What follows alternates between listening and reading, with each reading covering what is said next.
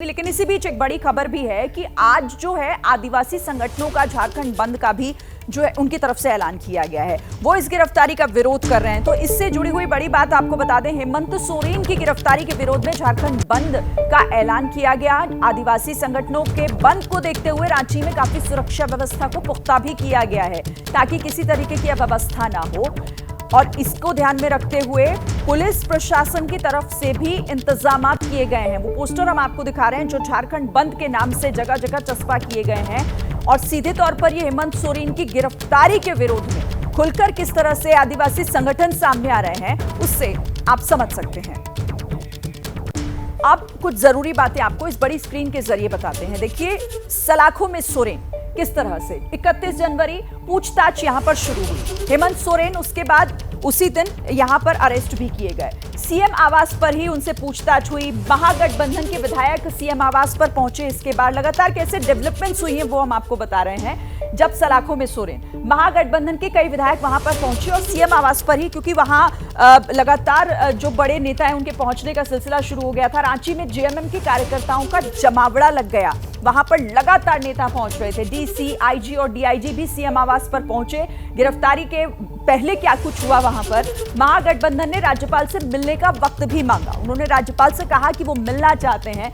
चंपई सोरेन विधायक दल के नेता इसी बीच चुन लिए गए। उनके नाम पर एक सहमति बन गई।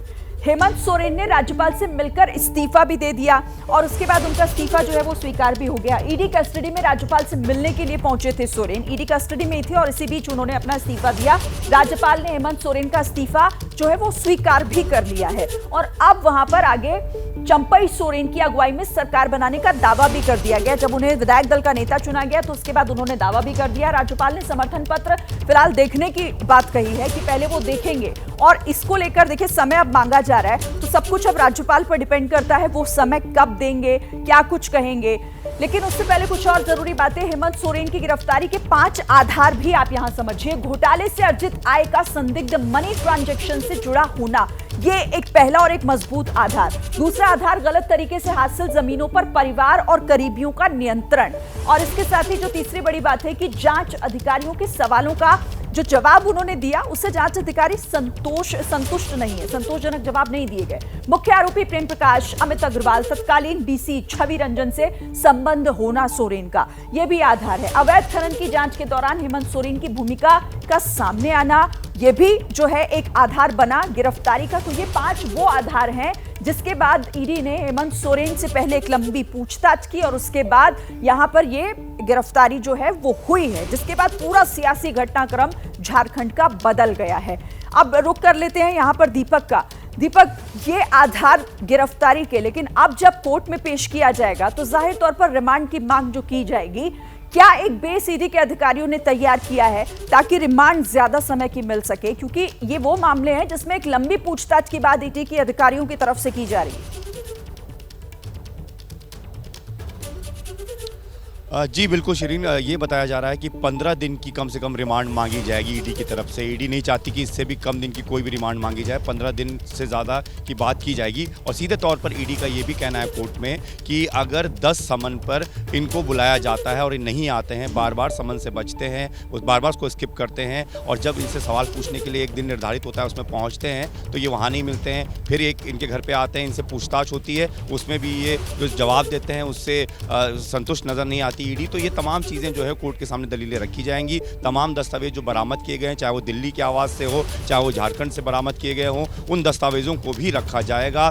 कैश जो बरामद हुआ था दिल्ली में 36 लाख का, उसको लेकर भी, मनी ट्रांजेक्शन को लेकर जो आपने कहा था कि एक मनी ट्रांजेक्शन को लेकर भी बहुत बड़ा मामला जो है ईडी के सामने, उसके सबूत भी हैं, वो भी सामने रखे जाएंगे। तो कई सारे सबूतों के साथ ही जो है ईडी आज कोर्ट में पेश होगी। और यही वजह है कि जब इतने सारे सबूत ईडी ने इकट्ठा कर लिए तभी हेमंत सोरेन की गिरफ्तारी हुई। इसीलिए कल जब पूछताछ करीबन 4-5 घंटे की हो गई थी तभी से माना जा रहा था कि हेमंत सोरेन की गिरफ्तारी लगभग तय है और वो हो गया। तो अब जिस तरीके से हेमंत सोरेन की तरफ से भी हाईकोर्ट में याचिका दाखिल की गई है तो वो भी देखने लायक होगा। लेकिन इस बीच इंपॉर्टेंट बात यह है कि कल ही हेमंत सोरेन ने SC/ST एक्ट के तहत एक FIR भी दर्ज कराई थी ईडी के अधिकारियों के खिलाफ, जिसमें उन्होंने कहा था कि जब वो दिल्ली गए तो उन्हें एक तरीके से प्रताड़ित किया गया। उनके घर पर उनकी गैर मौजूदगी में घुसे वहाँ पर ईडी के अधिकारी। उन्होंने वहाँ पर उनका सामान चेक किया, उनकी गाड़ियाँ चेक करी, वहाँ से जो कैश बरामद बरामद किया, बताया गया। हालांकि वो कह रहे हैं कि वो कैश उनका था नहीं था, इसके बारे में कोई जानकारी नहीं है। लेकिन सीधे तौर पर उस एफआईआर पर भी क्या कार्रवाई होती है ये भी देखना होगा, क्योंकि ईडी के बड़े अधिकारियों के खिलाफ हेमंत सोरेन ने SC/ST एक्ट के तहत एफआईआर दर्ज करवाई है।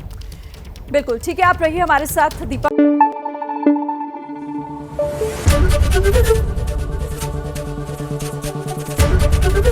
ABP न्यूज आपको रखे आगे।